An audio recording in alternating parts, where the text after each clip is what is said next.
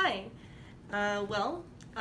Since I'm coming back after my break, I needed to go ahead and do this deck review of the last deck that we used before we move on. This is the limited edition 78 Tarot Astral Tarot in Space. It's a global art collaboration. What does all of that mean? Here, let's take a look at the box here before I get into jabbering. I like this box because it's one of those that opens sideways. It comes with a nice little book, and then very professional in that layout, and the quality of the cover is also very nice and durable. The cardstock on the box is also nice, and inside is a signature from all 78 artists who worked on this deck. 78 artists who worked on this deck, you got it.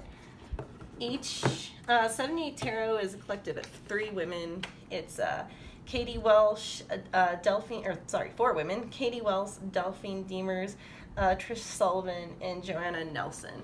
So they all got together and decided to produce a tarot deck that has a different artist featured on every card. They start their each new card, the deck that they do, they start with a Kickstarter and let the fans choose the theme of the deck. So this theme was Astral. And so we're going to go ahead and take a look at the cards. And keep in mind, this deck does not have a lot of continuity. That's not the point. It's a very varied assortment of different artists from around the world. And it's interesting, as I was using this deck in the forecast, I was looking up all the artists and visiting their websites, and it also helps you discover a lot of great independent artists out there on the web. So, get out there and support their work if you like it. So we're just going to give a rundown of this deck here. So we have the Fool and the Magician, High Priestess, and I'm just going to flip through. The thing that really struck me about using this deck was that I felt that I made a very ooh, that was out of order, sorry about that.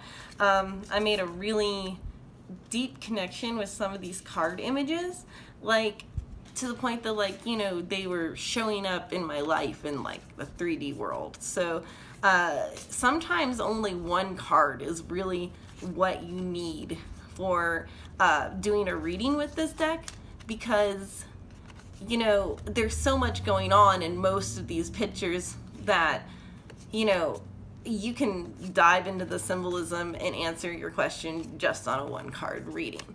So that's pretty cool. I like that about this deck a lot. Like I said, I do also really like the different artists too. And I'm gonna go ahead and do a reading actually with this deck, just to kind of give you an idea of how the pictures interact with each other in a reading. And we'll do a simple 3-card reading about, let's see, what to expect as this Mercury retrograde comes to a close. Okay, so here we go.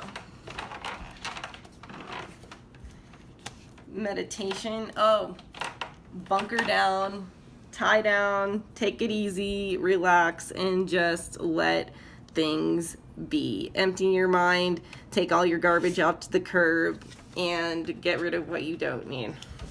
Event Horizon. Oh, I forgot to tell you, these cards are a couple extra cards in the deck. I think there's 3 or 4 extra cards in the deck.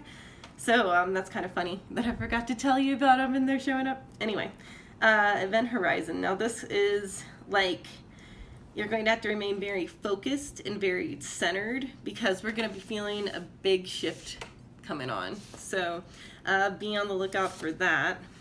And then Barrier. It's more of I'm deviating from what it says in the book a little bit, but that's a time to be defensive.